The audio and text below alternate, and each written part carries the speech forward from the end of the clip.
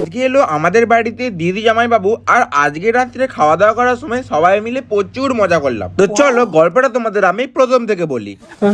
তোমরা আগের দিনের ব্লগ দেখে অবশ্যই বুঝে গেছো যে আজকে আমাদের বাড়িতে আসছে দিদি আর জামাই বাবু, আর মাসিমণি তো সকালেই চলে এসেছে। আর সন্ধ্যাবেলা বেশ কিছু কেনাকাটা করতে যাওয়ার জন্য আমাদের যেতে হয় বাইরে। তারপর বাড়ি ফিরতেই দেখতে পাই যে দিদি আর জামাই বাবু দুজনেই চলে এসেছে। আর আমার ফিরতে বেশ কিছু লেট হয়ে যাওয়ার জন্য বেশিক্ষণ আমরা কথা বলতে পারিনি। আর তারপরই হয়ে যায় রাত্রে, আর চলে আসে একদম খাওয়া দাওয়ার টাইম। আর আজকে রাত্রের আমাদের মেনুতে ছিল নানপুরি, ঘুগনি, মিষ্টি, সিমুই, পানীয় জল, ঠান্ডা ঠান্ডা হাওয়া আর অনেক গল্প, সাথে হাসাহাসি বিনামূল্যে। তো চলো এবার শুনে নি আমার মায়ের হাতের রান্না এদের কেমন লাগলো। বলো কেমন লেগেছে? ভালো।